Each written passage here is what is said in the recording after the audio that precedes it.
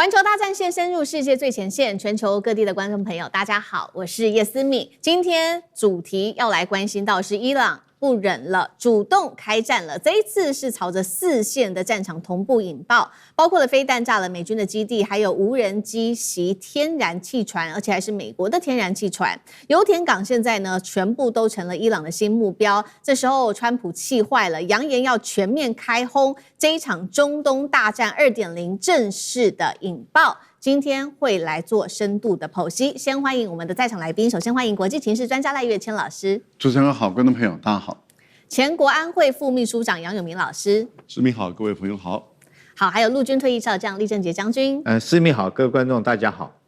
好，觀眾朋友，節目開始前，先幫我們的節目按讚。那麼，再次的提醒觀眾朋友，我們的會員頻道不是在寰宇新聞頻道，是在環球大戰線的主頻，按下加入就可以成為我們的戰友了。那一樣的，希望跟我互動，寫下思敏你在哪一個城市收看呢？我會親自的做回復，記得幫我們節目做分享。今天美伊戰事的3個主題，等一下請來賓火線話題幫我們特別做解析。第一個，伊朗跟胡塞組織現在從多線來出擊了，這一次一口氣，伊朗攻擊了4個方向。我們來看到這當中包括了在約旦的美軍基地、沙國的能源設施，甚至是埃及的港口，還有伊拉克的民兵據點，現在也接連遇襲，造成了多人死傷。美國的天然氣船也因此起火。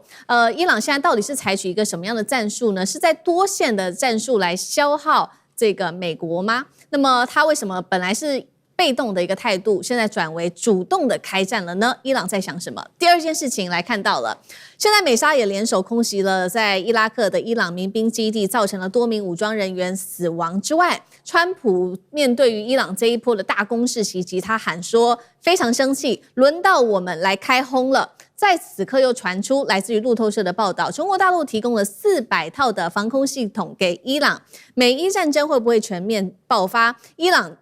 美國的部分是真的敢來做一個大規模的報復行動嗎？最後我們來看到的是，包括了在油田跟能源命脈的部分，不管是沙國的油田、紅海的油輪到埃及天然氣港接連遇襲之外，包括了伊朗跟也門胡塞組織，他們掌控了現在2個海峽，關鍵海峽包括了荷姆茲跟紅海，海上的航道現在變成了戰爭的武器嗎？今天會做一個深度的解析。中東停火正式宣告是完全的破局了，美國跟伊朗之間的衝突不再是2國互轟，開始做全面的外溢了。戰火綿延到了多個地方，剛剛提到的約旦、沙烏地阿拉伯、埃及，甚至是在伊拉克，包括我們看到的美軍基地啊、石油設施、天然氣船，一直到港口、海上航道變成了跨國多戰線能源戰同步展開。趕快來看到細節。首先，在約旦的部分，伊朗向駐約旦的美軍基地發射了5枚的飛彈哦。第二線來看到沙烏地阿拉伯了，親伊朗的勢力跟胡塞組織，他們鎖定了當地的石油設施、煉油廠，紅海的油輪發動了新一波的攻擊。而且我們要知道，在沙烏地阿拉伯，基本上這邊的原油如果受到影響的話，是完全會影響到全球油價，會立刻受到衝擊的。第三線就是在埃及了，埃及它的當地的一個港口遭到伊朗的無人機攻擊，還包括打到了美資的這一艘天然氣船也遭到無人機攻擊而起火。另外，在美資的這個天然氣船的另外一旁邊，也有另外一艘天然氣船也因此受到了波及。來看一段現場最新畫面。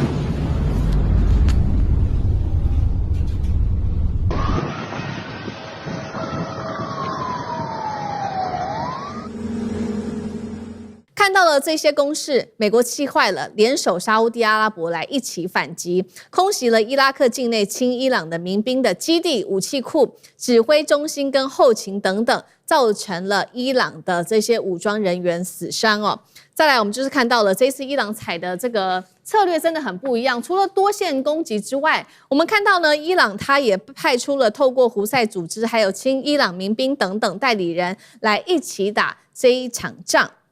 我們剛剛說了，現在美國的部分已經氣壞了，川普公開喊話，接下來輪到我們去開轟了。NBC 最新的報道說，川普呢現在面臨一些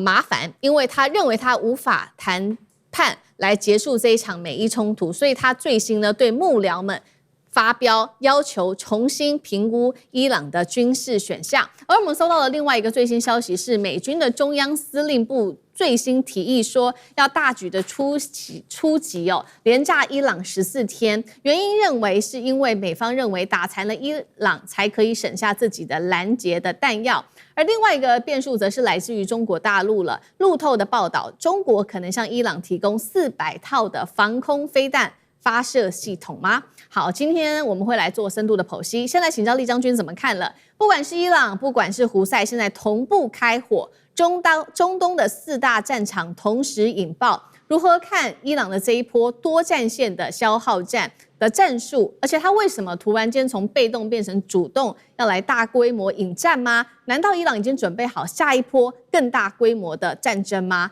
那酈將軍怎麼看？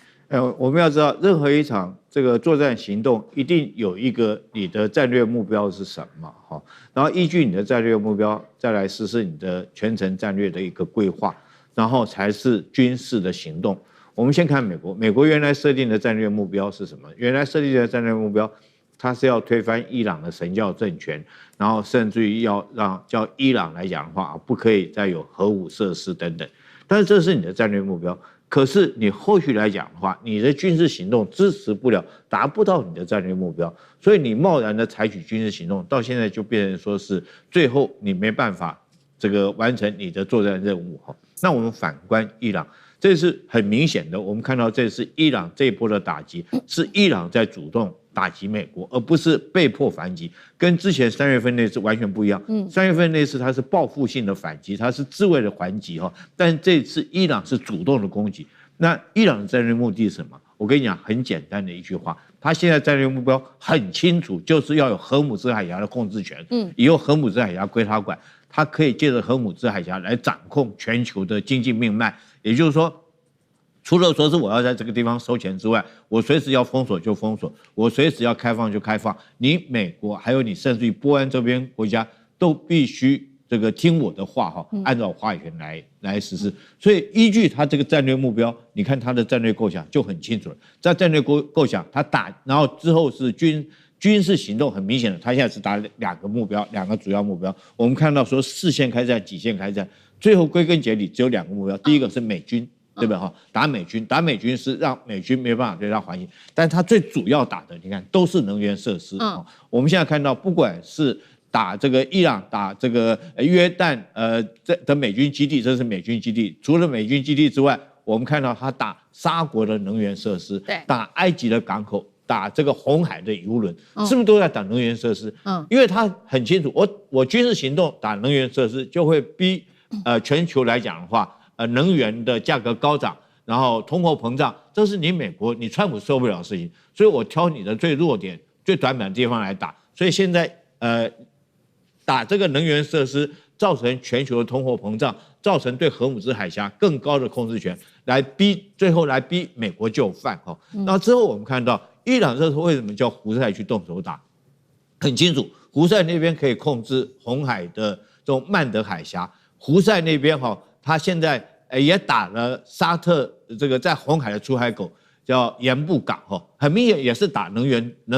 的命脈，包括到這個油輪，包括到出入港口，包括提煉設施，甚至於說重要的港口，他對這方面來攻擊，主要就是說讓伊朗跟胡塞2個聯手起來，讓這個油價繼續逼高，逼美國來就範。那現在很有趣的一件事情哈，這個川普怎麼會突然冒出說？中國支援給伊朗這個400枚的防空導彈，這就有模擬了哈。我的解讀是怎麼樣？我覺得中國不可能給伊朗這個400套的防空導彈哈，因為這個訊息是白宮自己講出來的，不是說是這個中國講的，也不是伊朗講的，是美國的媒體自己在這個報道出來。那是不是五角大廈故意放出這種風聲？為什麼要放出這種風聲呢？就是說，你看。中國支援他了，我現在飛機不能飛進去了，不是我不去打，是中國這個在後面這個扯我們後腿，把這個防空武器給伊朗，讓我們這個增加我們去對伊朗的攻擊難度哈，所以不是我們不打，是因為中國的扯後腿，所以很明顯的甩鍋給中國，給自己找一個下台階，不再對伊朗攻擊的理由。所以我覺得從這件事情的訊息突然冒出來，我覺得更可以證明這個美國川普不敢也不能再對伊朗內陸實施發動更大的攻擊行動。好，那所以總結就是說，包括了伊朗跟這個也門胡塞組織，看到他們的戰略目標都很清楚了。除了將軍特別幫我們提到的打了美軍之外，還有美軍的後勤基地等等，再來就是能源設施。那麼另外一方面，同樣的問題，不知道賴老師又怎麼看哦？那再來就是說，伊朗為什麼這個時候從過去被動被美國打一下他就回擊，變成現在全面的主動要來引發這一場戰爭？難道是在為下一場更大的戰爭做好準備了嗎？那美國接下來會如何接招？賴老師又怎麼看？我覺得可能我們可以從不同的角度來思考問題啊。第一個就是您提到的有關於，這個傳出來說中國大陸提供400套這個監視型的導彈給伊朗，這是路透社的報道，不負責任的報道。川普也沒有說這個報道是屬實，他只說如果是真的話，他會不高興。那我們要問的就是說，那你川普為什麼不確定？那就是你的情報機構並沒有證實說這是為真。如果你的情報機構有證實說這是為真，這是真的新聞的話，那川普的態度就不會是這樣。那很明顯的就是他的情報機構就說這沒辦法證明啊，這是路透社的報道。而中國大陸的慣例是不會介入任何一場戰爭，只要是交戰的時候他是不介入的。那如果說這個武器確實假設伊朗有，假設如果有，那絕對不會是從中國這邊來獲得的啊。要不就是在戰前中早就獲得了啊。戰前中你在2月28號之前開戰，誰知道你會開戰？那伊朗已經擁有這個武器，或是已經跟中國大陸購買這個武器。中國大陸是在2月28號以前如約的生產，然後運送。那這個不違約，也不影響到我介入你們的戰爭，這是另外一回事。如果你伊朗是從第三方買到的話，那也不關我的事，那是你第三方買的。那當然，那要看我跟第三方簽的合約有沒有說可不可以轉讓的問題等等的。這個部分，川普自己都沒有把握，沒有把握的話，川普自己都說如果有我會不高興，所以一再強調，川普講的話是代表他的情報機構無法證實這是中國大陸所提供的。這另外一個部分裡面，就是我們要問的一個問題是在於，在過去，美國的川普為什麼突然間說我不打了？那是因為伊朗最後證明說他可以對於美國在海灣的地區所有的軍事基地，也就是包括約旦的軍事基地進行有效的攻擊，而那個攻擊是非常的準確。也就是不管用無人機跟快速的導彈搭配攻擊的時候，對美國在約旦的基地造成重大的傷害，這都是事實。後來川普就斷了以後傳出來說他的炮彈不夠，他的防空導彈不夠等等的。可是大家在問的問題是在於說，那為什麼突然間伊朗又打了？就在內塔尼亞胡訪問白宮的時候，可是伊朗之前的戰略是你打我就打，你停我就停，你要談我們再看。我想他的策略是這樣，在強調你打我打，你停我停，要談我們再看，因為我對你不信任了，那所以要由第三方來去做穿梭。好，這是伊朗的戰略。可是為什麼在內塔尼亞胡去白宮訪問的當天打了？可是那天打的很有學問，當天打的是沒有一枚打中，全部都被攔截成功了。那為什麼會被攔截成功？而前一波幾乎是美國無招架之能力。那這個就是代表說，我前一波我伊朗證明我的實力是我可以讓你攔截不下來，可是我第二波我打出來的卻讓你都攔截下來，而我伊朗沒有公布說我用什麼最先進的導彈來打，然後讓你全攔下來，這難道不是一種警告性嗎？這種警告性，也就是說，你川普如果你只要沒有反擊的話，那就是代表你想談，你談是有誠意的。或者你真的想談，所以你把這股氣忍下來了。但是問題就在於，當你又對我實施轟炸的時候，也就是對於伊朗的南部的軍事基地進行轟炸的時候，那伊朗就告訴你說，我上次是警告的，現在不是警告的了。所以它可以對於美國的所有的能源設施進行精準的打擊，甚至連在埃及的港口的停靠的美國的天然氣船都可以打到。那就代表說我可以這麼精準的打。那現在的問題又回到這個川普這邊來了，就是你要談還是要打？要打就奉陪，要談可以。那換言之，也就是說，伊朗的戰略其實很明白了，就是以戰來促談，不是促和，也不是以戰逼降，因為美國要以戰逼降伊朗可能性不大了，所以等於是以戰來促談，這個才是唯一有可能的事情。那換言之，也就是說，會打到什麼程度？打到雙方精疲力盡，都夠累了，說好吧，那就再來談吧。但是問題就在於，這個談也毫無信用可言，也毫無信任可言，那怎麼談下去？所以這場歹戲就不斷的拖棚拖下去而已。好，所以我們看到這一回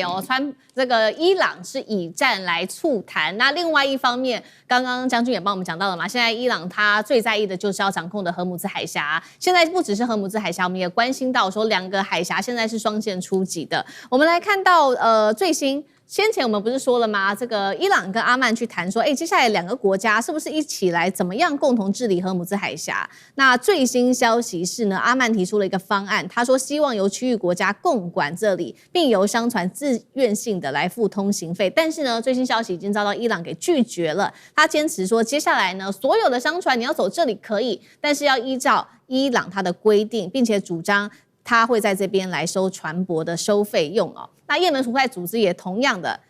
學習了伊朗嗎？現在也計劃要向通過紅海的商船來徵收通行費。好，包括了我們看到伊朗這一波主要是打這些能源設施，再加上雙海峽現在都被控制住了，是不是已經變成一個新的戰略武器？那楊老師怎麼看？其實現在就是情勢逆轉，伊朗在對美國採取極限施壓。以前是川普對伊朗極限施壓，我打你，然後呢，你要到談判桌上來，接受川普的要求、川普的條件。但是伊朗說，戰爭是我贏的，為什麼我要接受你的條件呢？當然，這個戰爭對伊朗的受創非常嚴重，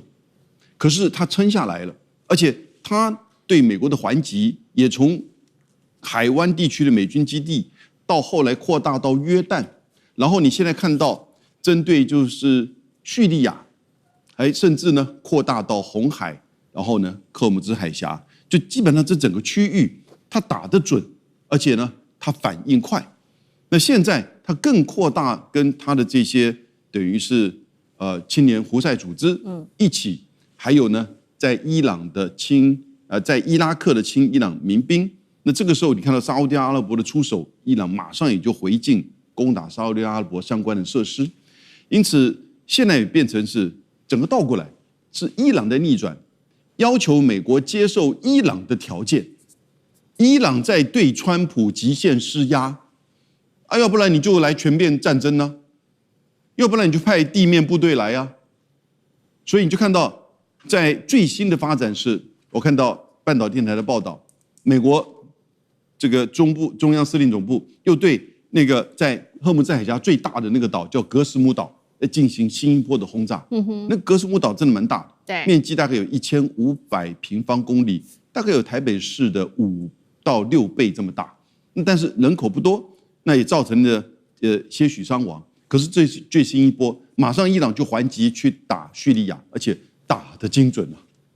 所以這就是現在情勢倒過來。因為伊朗認為你美國人說話不算話，你川普自己本身把你過去承諾都吞下去，然後呢，你不願意真的去接受伊朗所提出來的一些談判的要求，所以呢，他就現在倒過來對川普極限施壓。我覺得美國最後一定要去接受，怎麼樣去跟伊朗思考在荷姆茲海峽的共管機制上面，這個可能是對美國。既能保存一點顏面，但也許能夠下車的一個方案。但這個共管怎麼做？是直接美國、伊朗，還是說透過區域的？所以你看到阿曼這次提案是一個嘗試，但我覺得後續他們還會有別的提案。好，謝謝楊老師。那我們休息一下，馬上回來。觀眾朋友們，我們要開會員頻道啦！因應呢美中、中東還有印太的亂局，你看到的是新聞，我們看到的是背後誰在操控這個世界。加入會員可以取得獨家視角的通行證，你將優先取得更深的觀點判讀，包括了核心真相分析、歷史脈絡拆解、局勢推演邏輯。同時解鎖會員勳章、優先互動權、問題解析、幕後花絮，支持我們制作高品質的影片。點擊下方的加入鍵，一起成為戰友吧！我們會員頻道見。好，今天關心中國的3箭戳破了美國的經濟泡沫，尤其在周三晚上，就昨天的晚間哦，美股道瓊狂瀉了1100點，那包括了現在美股的部分，巴菲特的指標已經突破了236%，已經超過了200%。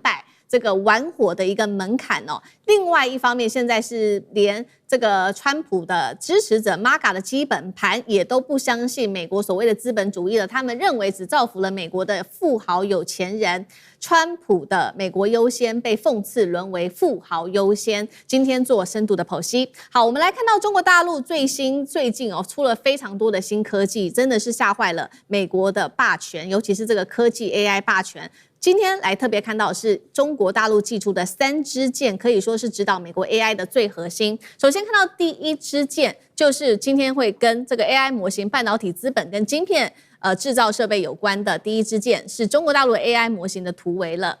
Kimi 也就是月之暗面推出的 Kimi K3，挑戰了美國的 OpenAI 跟 Google 等等的巨頭霸權。第2支箭就是我們剛剛講到的半導體的資本了，中國晶片資本崛起，尤其是在最近我們看到的新聞，長興存儲在上市之後，它股價就一直狂飆。於是呢，現在整體的投資市場也在重新評估中資企業，尤其是半導體科技類股它的這個價值，引發了美股非常的緊張。那麼第3支箭則是突破在中國的設備自主化，尤其最近中國大陸開始量產它的 DUV 的曝光機設備，預計呢今年是量產會達到5台，而後年他們的目標可以達到20台。另外我們知道做光刻機最重要的就是這些零組件，中國大陸也目標去實現說，未來這個光刻機也可以實現這些零組件的全面的自主化。好，這3支箭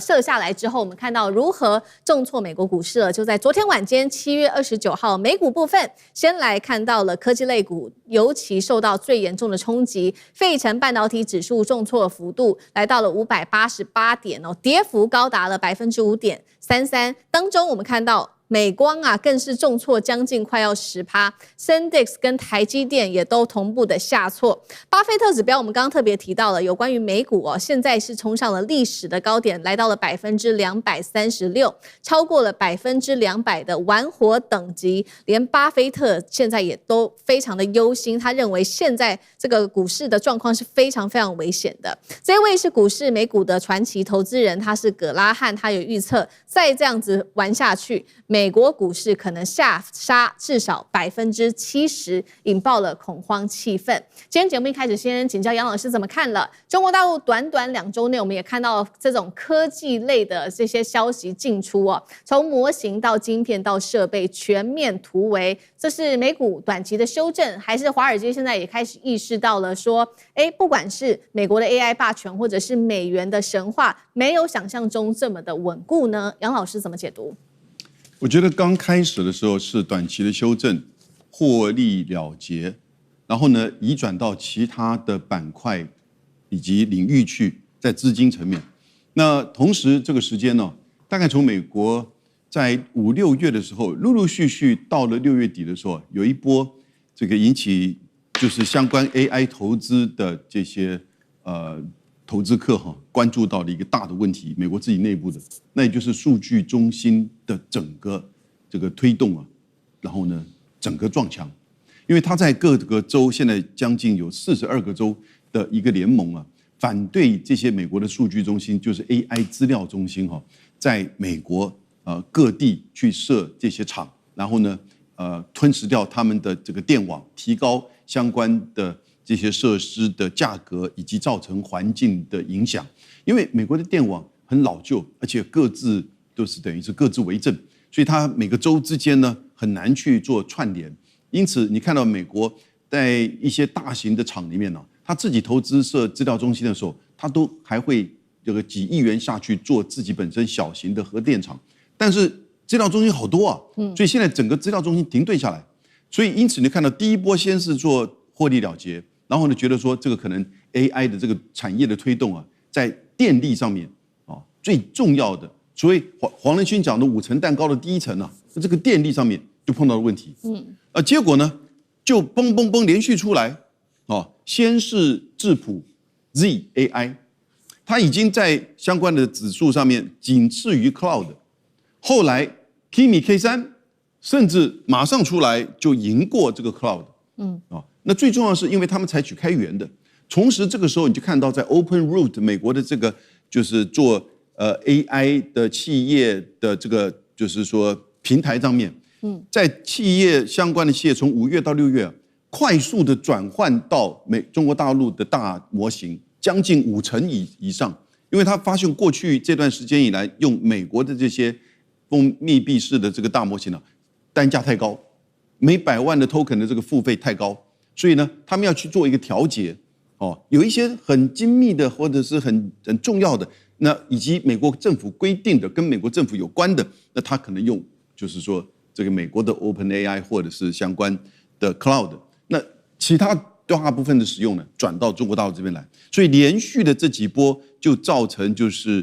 整個美國在質疑說，美國的 AI 產業的投資是不是成本過高？然後呢，未來的這個商業的效益顯然不足。然後同時你看到華為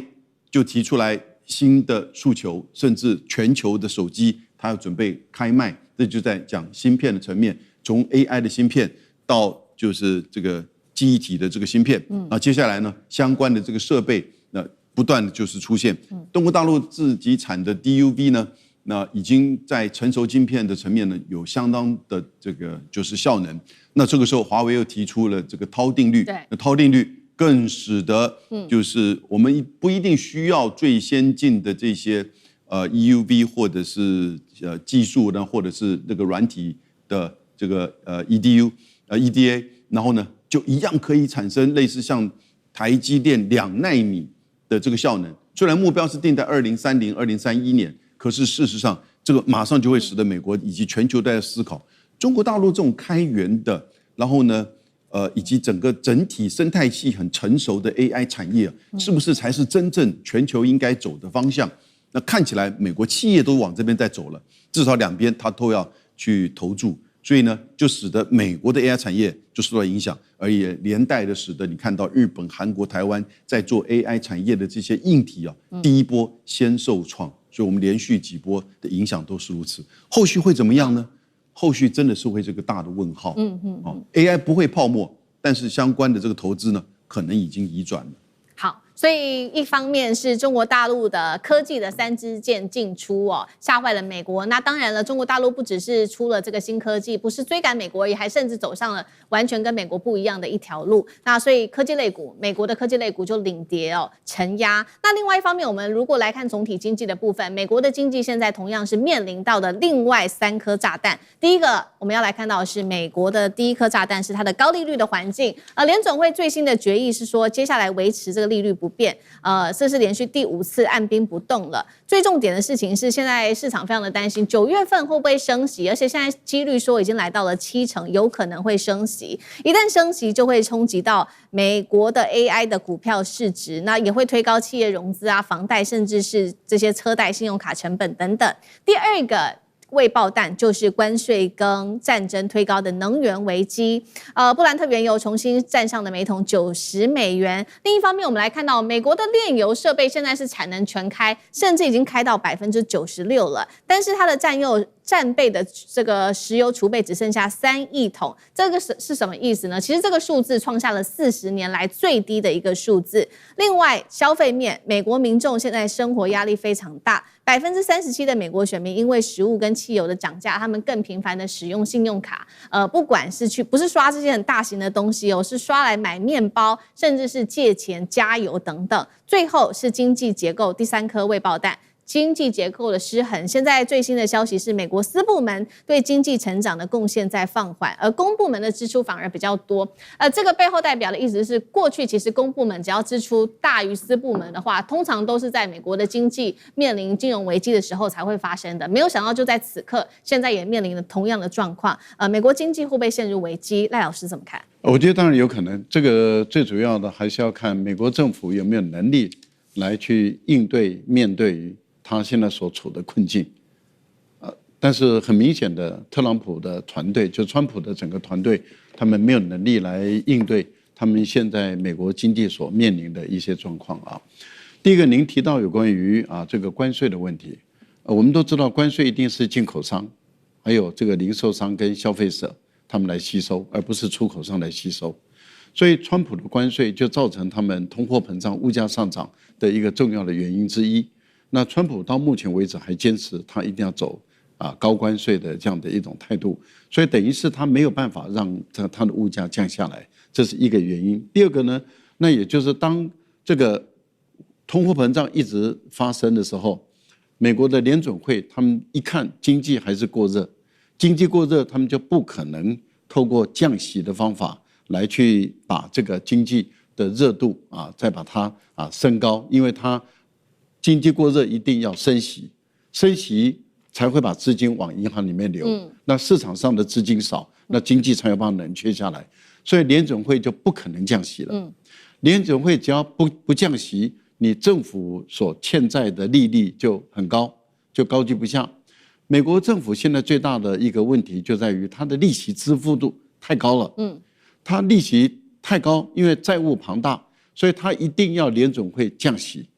聯準會又不可能降息，那它的政府的債務負擔就越來越重，它的公債的信用度就越來越低，所以您看到的它的殖利率就一直在攀升，對，就是因為大家對於美國政府的公債破產的可能性很高，然後美國政府破產的可能性很高，所以大家不太敢去買這個政府的公債，政府公債要賣出去，你就必須把殖利率拉高。那這樣的情形等於是雪上加霜嘛，變本加厲嘛。那最後一個，那當然就是目前中東的問題是又是川普去挑起這個中東的戰火，挑起這個中東的戰火，造成現在是不但是赫爾木茲海峽被封，連曼德海峽都有可能被封。那現在沙特的油也運不出這個紅海，走曼德海峽的話，這個它繞這個蘇伊士運河多1個月的時間，所以成本又升高了，油價又上升。您看到了，剛剛您跟大家介紹的就是油價又飆到90，有人估計100很快就有突破了。那你油價一高的話，全球的通貨膨脹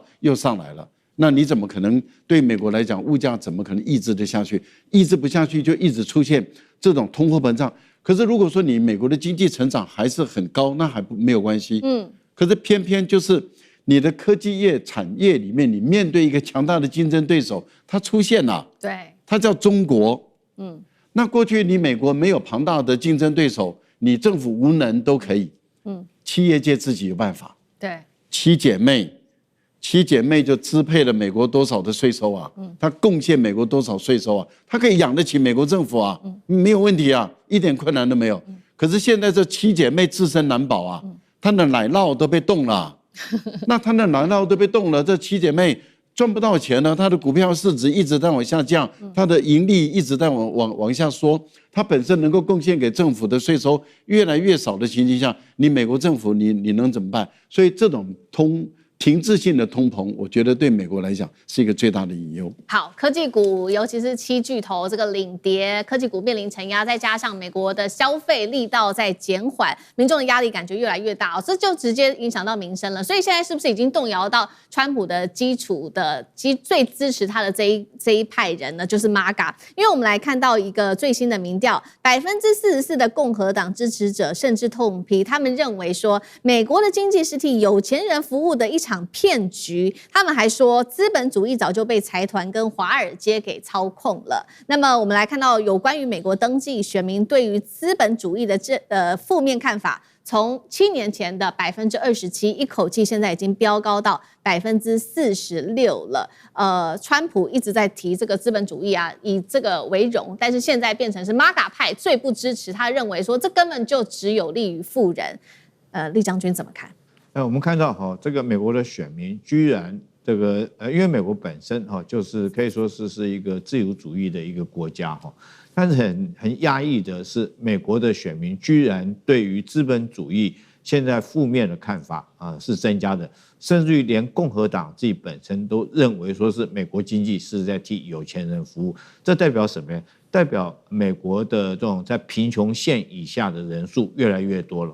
因為制度的這種不公平，讓貧窮線以下的人很難再翻身。首先我們要了解什麼叫做資本主義。資本主義事實上它是屬於一種私有的一種財產的制度，然後它講究的是用自由競爭的方式來追求最高的利潤。那在這種制度下，如果說你沒有將它管制好，或没有相關的法令做好相關的規範，就會形成一種什麼現象呢？就是這個路有凍死骨，這個就變成有錢人會越有錢，但是基層的民眾他就變成越來越沒有錢，朱門酒肉臭，路有凍死骨就會變成這個情形。那現在我們看到美國的經濟，我們之前在這邊也討論過，美國股票前一陣子大漲，是誰在讓這些股票大漲？實際上當然是民眾拿錢出來，那民眾跟政府這個支出的比較多，因為他必須要消費嘛。比如說我是一般老百姓，我總是要吃飯，我總是要開車哈。那我這些錢貢獻給哪裡？還有政府總有一些公共的項目建設要支出，這些項目最後都流入，這些錢最後都流入到股票。那股票最后都是到誰的手中呢？事實上，美國真的擁有股票的人可能不到全民的這個1%而已，所以只有1%的人，但是他卻掌握了美國所有90%的財富。那當然，美國這些基層老百姓，他會發現生活越來越苦，然後社會制度越來越不公平所以他才會資本主義的這個負面看法會越來越多。好，謝謝酈將軍。那我們休息一下，馬上回來。觀眾朋友們，我們要開會員頻道啦！因應呢美中、中東還有印太的亂局，你看到的是新聞，我們看到的是背後誰在操控這個世界。加入會員可以取得獨家視角的通行證，你將優先取得更深的觀點判讀，包括了核心真相分析、歷史脈絡拆解、局勢推演邏輯。同時解鎖會員勳章、優先互動權、問題解析、幕後花絮，支持我們制作高品質的影片。點擊下方的加入鍵，一起成為戰友吧！我們會員頻道見。好，軍事消息來看到的是中國大陸的海軍換擋狂飆，今天會來特別關注軍事消息是這個四川艦，它的電磁彈射首度曝光了。接下來會不會在上面可以狂放，包括了殲35啊、空警600，甚至是攻擊11隱形無人機？中國現在打造的這個海上無人機基地第一島鏈的防線，面臨全新的挑戰。好，今天會來做深度的剖析。中國大陸最新，我們來看到解放軍公開的這個宣傳片是最新的制勝宣傳片，上面可以看到076的2棲攻擊艦呢首度曝光，尤其是有電磁彈射跟這個阻攔索正式的現身。來看一下現場最新畫面。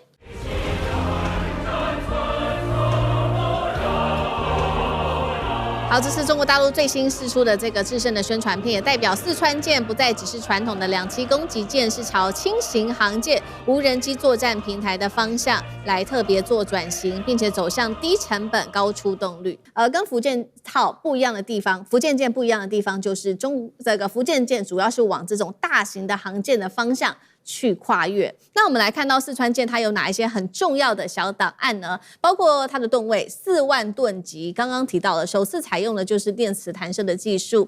好處就是可以攜帶更多的燃油跟武器，並且提高它的起降的效率。那麼它在上面可以操作，包括了殲35逆中戰機嗎？也可以搭載空警600預警機，形成一個完整的海空偵搜跟打擊鏈。近年來它快速的發展，就是我們特別關注的攻擊11的隱形無人機，會不會未來四川艦也可以像下餃子一般，連續放出這種攻擊11來展現一種無人機蜂群的攻擊能力呢？並且執行偵察、電子干擾、飽和攻擊，乃至於自殺式的屠防，可不可以做得到？那另外呢，四川艦也可以跟052大驅啊、052型飛彈驅逐艦、054一起組成海上的打擊編隊，未來可以和解放軍其他的航母組成一個海上聯軍。有關於它的最新戰力，還有特別需要特別關注的這一些關鍵戰力的部分，酈將軍怎麼看？我覺得076很多人都認為它是可以當做一個準航母，或者是一個輕型航母來運用。但是我認為它主要作戰任務還是在登陸作戰，以登陸作戰為主。當然你可以說，那登陸作戰為什麼要有這種電磁彈射？這個包括殲35，包括空警600，你知道嗎？這個2棲作戰第一件事情就是要保有登陸地區的完整的制空權掌握在你手上，不然的話，你登陸船團、登陸艦隊，還有登陸的部隊，很快就會被敵人的這個制空武器全部消滅光了。所以第一件事情就是要有制空能力。那我們看到076這款這個軍艦來講的話，它因為有電磁彈射，所以它可以彈射空警600，可以彈射歼35，同時也可以彈射這個攻擊11等這種無人機。那它主要目的，我認為這些彈射這就是制空力量，它主要是在為登陸的船團，還有登陸灘頭的2棲登陸部隊張開一張這個防空火網，保護他們確保他們在這個地區的空優不受這個敵人空中的武力威脅，這是第一個。所以它有這個空中制空的能力。第二個，它有登陸的能力。它登陸能力，我們看到它有2種，一種就是這個由海向陸的登陸。我們可以說從肚子裡面，它可以放出來它的這種氣墊船，或者是2棲登陸戰車向灘頭來登陸。那此同時，它可以用它的運20的直升機直20的直升機將這些這個機降的部隊直接空降到敵人後方。你知道以前我們在防禦作戰的時候，我們經常這個狀況會設置敵人在這個地方登陸，你背後有敵人空降部隊或者是機降部隊，你就一個反擊部隊，你是先空後陸還是先陸後空？模擬指揮官下達決心，就是同時在海灘有登陸，同時在後面有機降的時候，你這時候防衛部隊你要怎麼辦？但是他就可以同時這個2個地方同時登陸。第三個，我們看到它可以同時做火力支援。以前這個2棲登陸船團，它火力支援，我們從這個諾曼底登陸的一些影片可以看到，都是用軍艦在擔任的，軍艦的岸炮在岸轟但是我們看到這個今天我很訝異的076，它居然可以放 PHL 這款的這種火箭炮，可以放在船上面來攻擊，也就是說它本身也可以擔任火力支援，擔任岸轟的任務。第三個它可以直接擔任密支的任務。以前密接支援因為你登陸部隊上去之後，我們2棲搶灘上去之後，那敵人一定在灘頭會抵抗嘛。對，那抵抗來講的話，這時候你要很快有火力可以支援你的登陸部隊對敵人攻擊。那以前來講的話，可能要呼叫岸炮支援、艦炮支援，這個我是什麼前方方位多少，角度多少，然後艦炮來岸轟過來。可是那個很危險，知道嗎？為什麼？因為那個船是在顛簸的，那個炮如果說是萬一歪一下或高一下的話，那個炮彈就可能打到自己部隊。但是我們看到076，它可以用這個直20的武裝直升機，對第一線部隊直接實施火力的密接支援。最後我們在講076，它還可以制海作戰這個它自己本身也可以包括它所帶的這些戰機來講，如果攜帶了對海作戰的無人機，攜帶對海作戰的導彈，也可以發揮制海作戰的功能。所以我覺得076我個人來講，我認為它是2棲登陸最好的一種武器。當然你可以說，它有可以起降可以放飛各型的飞機，可不可以當準航母來運用，或者當輕型航母來運用？當然可以，這是絕對沒話講。但是我們要知道，所有的武器裝備一定有一個主任務嘛，還有一個次任務。就像是我们一门火炮，你主要是發射炮彈出去消滅敵人，但你說可不可以打信號彈？也可以打信號彈啊，也可以打照明彈啊，但是那是次要的任務。所以我認為076還是最主要的任務。但是講到這邊，我特別要這個擔心的哈，其實我覺得四川艦其實對我們台灣威脅是非常大的。它只要有一艘的軍艦，它裡面還同時可以帶一個營的這種2棲登陸部隊哈，官兵呢可以帶到500個人哈，可以帶那麼多。那你想想看，如果說現在四川艦是第一艘076，那如果搭配，如果說未來它成軍4艘或成軍5艘、6艘，如果說再加上075，再加上071等2棲登陸艦來講的話，我覺得對我們台灣的威脅哈是非常的大，因為它可以同時在台灣各個地方。以前2棲登陸，我們經常講說這個紅色海灘，因為受限於這個 LST 這種登陸艇它的這種角度來講，你一定要那種沙灘跟海水的坡度要30度才可以實施登陸，所以我們稱那個地方叫做紅色海灘。但是如果說我剛剛講的這種四川艦，它在東部海域，就算是你的任何一個地形，它都可以實施2棲登陸。其實對我們台灣來講的話，四面八方都受到它的威脅。好，所以076的出現不只是威脅台海，包括了整個第一島鏈哦。那它的戰力的部分，主要還是以登陸為主。不過呢，它也可以被視為是一個輕型的航母。所以呢，透過這一次的電磁彈射，可以起飛，不管是殲35啊、空警600，再來就是特別關注到這個隱形式的攻擊11無人機，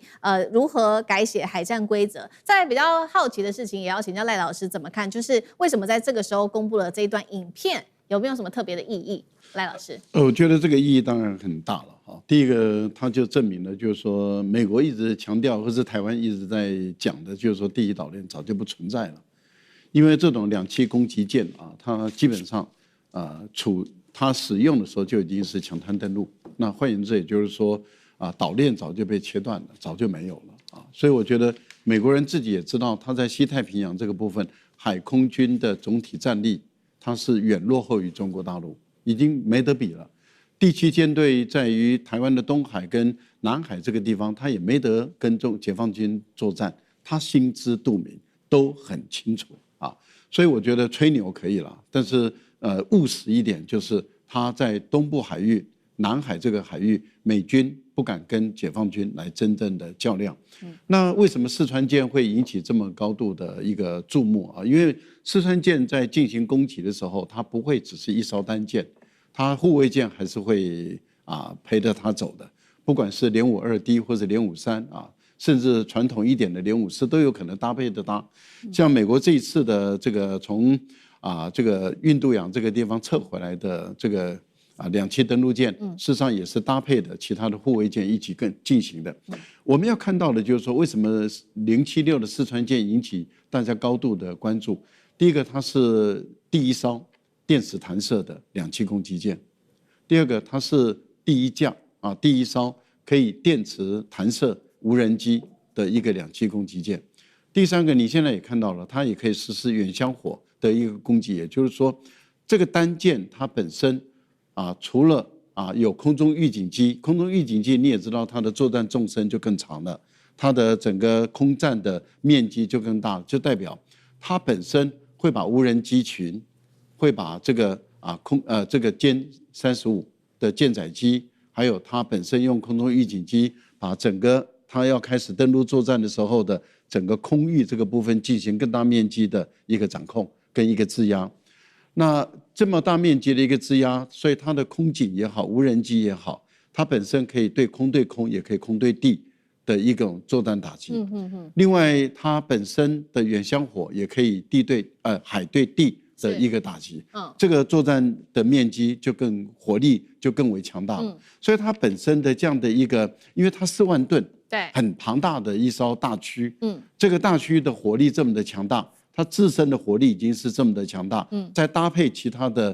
例如說聯52或者聯55，它本身的防空跟這個海對海或者海對地的這樣的一個作戰，那等於是它本身要攻擊的或者要搶灘的這個面，它的作戰範圍是非常的廣大的。我個人是認為，當美軍看到四川艦出來的時候，他已經很清楚的知道，不管在南海跟菲律賓的一個作戰，或是日本要介入兩岸的戰爭，對日本的本島都可以進行攻擊。我覺得這個對日本來講，他當然也知道怎麼可以惹中國大陸呢？所以嘴巴講可以啦，真的要做的時候他是不敢的啦。是，好，所以這個076的出現，也可以看到解放軍現在打造這種更為完整的遠洋作戰的體系哦。那我們也特別來關注到說，其實不只是076而已，一直從之前我們關心到遼寧艦啊，到山東艦，到福建隊的整個編隊，甚至到076、075，甚至是剛剛莊敬原特別提到071船塢登陸艦等等，再加上055，形成了一個很大規模的一個打擊群，也就是航艦打擊群，再加上2棲打擊群。那這也是美軍現在所最擔心的部分嗎？美中霸權在這邊的決勝，那楊老師又怎麼看？我們現在看解放軍海軍是不是跟美國的整個航艦打擊群，還有就是2棲艦的打擊群相類似？其實是有的。你看相關的就是航空母艦搭配的，比如說美國這邊叫做這個康德羅加級巡洋艦，或者是伯克級的驅逐艦。那中國大陸這邊呢，那當然就是055、052D 了。所以很清楚，這是一個相搭配的。但是你可以看得出來，他們彼此在就是船艦的這個新舊以及相關的設備上，其實我覺得相去不遠哈，甚至中國大陸都有迎頭趕上的情況。2栖打擊艦很清楚啊，那就是美國的美利坚号搭配的，比如說黃蜂級的2000或者黃蜂级它的2棲攻擊艦，那搭配的它相關的這個驅逐艦，那中國大陸就是075、071啊，哦，可是呢，這個076就不一樣了，對，就彎道超車了，因為它可以搭配的，剛才有提到的，就是整個電磁彈射以及無人機作戰平台，所以這就顯現出整個在這個區域的作戰我覺得雙方的這個層面就有差別。美國基本上是由海向陸的全球投射，中國大陸是在這個西太平洋的區域拒止跟反介入，而且不要忘記哦，它是這個。等於是一線內線跟外線，什麼是內線？也就是沿岸的相關的這些飛彈相關的這些整個是連接在一起的。所以如果在這個區域你真的要去進行作戰的話，那其實我覺得美國面臨到的是更大的第一島鏈的這種絞肉機的影響，因為整個中國大陸的370艘這相關的這個船艦都在這個區域。但講到這邊呢，強調一個很重要的前提，他們真的會以這樣子的方式進行這種海戰嗎？全面的作戰嗎？其實這是在姿態上，這是在戰略上，以及在作戰上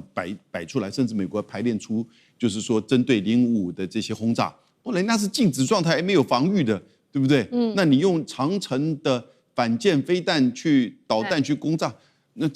好了，那算是一個政治上的一種檢視。不過你不要忘記啊，之前那個巨浪潛射飛彈的試射成功，就表示什麼？雙方都是核武大國了，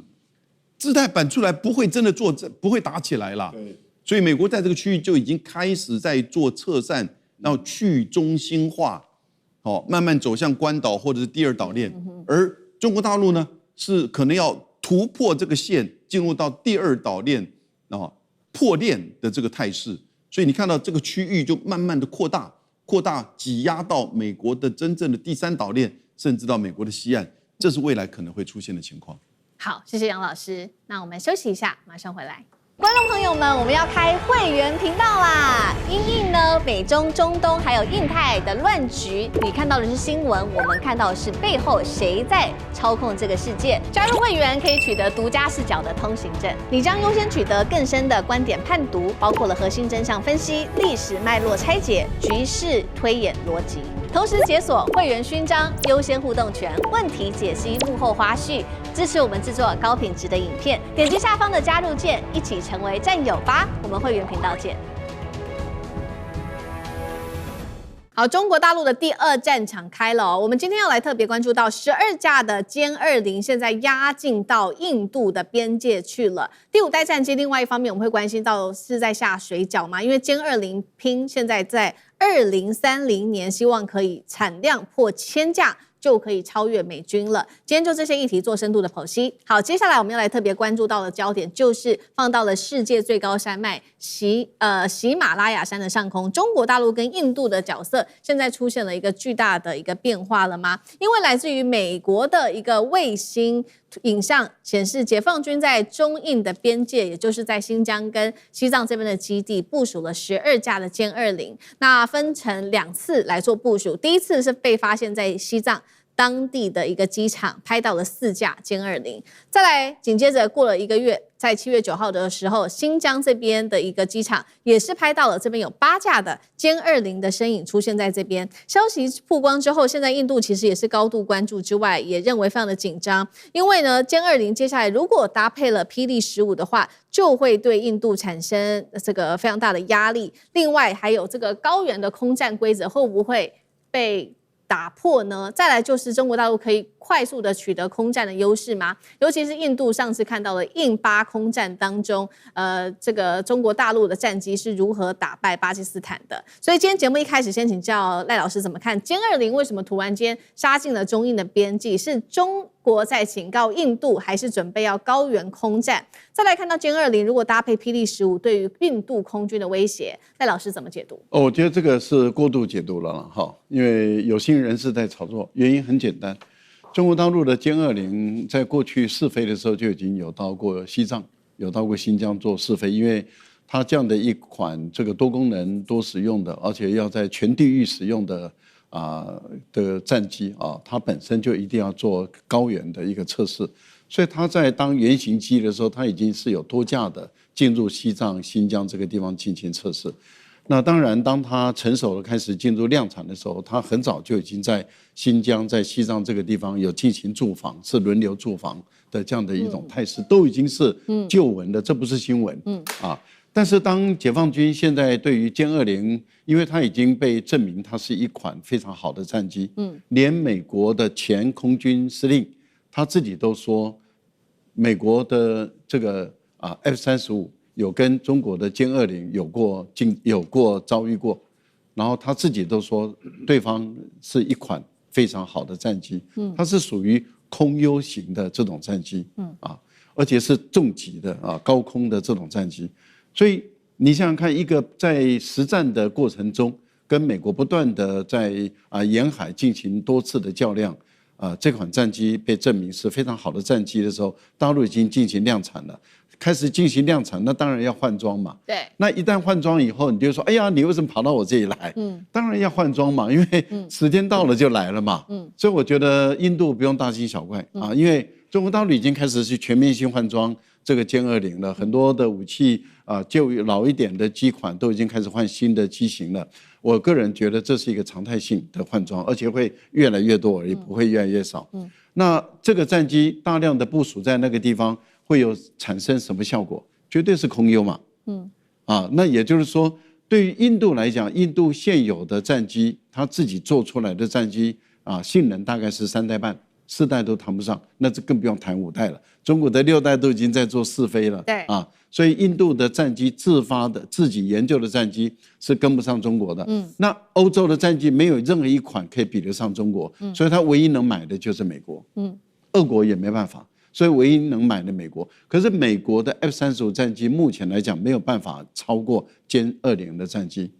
因為它已經被弱化掉了。它被弱化是因為美國的 F-22失敗，所以造成了它這個提升了原本的 F-35的輕型戰機的功能。那它反而被弱化了。所以我個人是認為，美國以目前來講，它除非它的第6代戰機出來，不然美國即使賣了 F-35給印度，印度也沒有辦法取得空優。那當中國大陸在中印邊界裡面取得空中優勢的時候，有個好處，那印度要挑釁的可能性就下降了，受挑撥的可能性也就下降了，安分一點的可能性就升高了，地區反而就安全跟穩定了。好，那另外我們也來看到那殲20的數量，我們剛剛說嘛，他們是在快速的生產當中，一年現在預估的產量是達到100架。那現在預估最多可以達到已經有600架，接近600架。那他們更希望目標是2030年要突破1000架。好，這個是數量。在戰力的部分呢，現在央視也日前公布的影片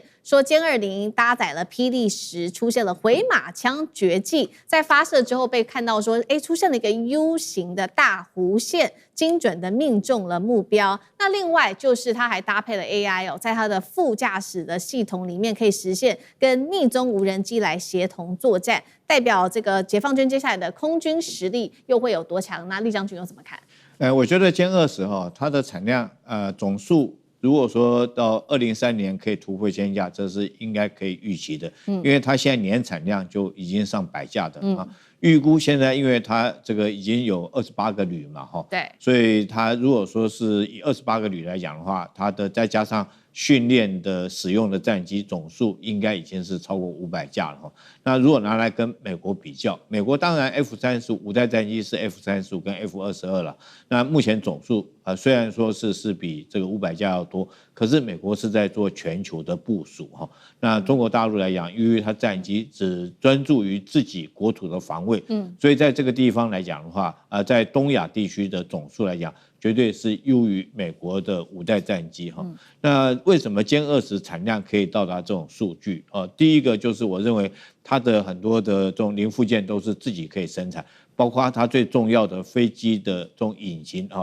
現在已經是國產的渦扇15，之前最早的時候，歼20剛出來的時候，它用的是俄羅斯的引擎。那你俄羅斯引擎，這個俄羅斯給你100具引擎，你最多就是生產50架，因為它是雙引擎的嘛，那給你200具引擎，你最多就是100架。當自己可以生產自己窩佔食物來講的話，當然就不會受到卡脖子。那第二個，如果跟美國來比較的話，這個殲20它還有一個優勢，就是它的飛行成本會比較便宜。它因為整個飛行成本來講的話，那個美軍的飛機尤其是我們都知道，最讓美軍頭痛的是 F-22，它每飛行一趟下來，它那個引申的重新漆一遍，那都非常的高昂，價格都非常高所以它這個如果生產太多的話，可以說它就養不起了因為開起來太貴了。對，那當然。殲20現在最新型的殲20，這如果說可以搭載這種 PD-10導彈，可以做回馬槍的設計，那真的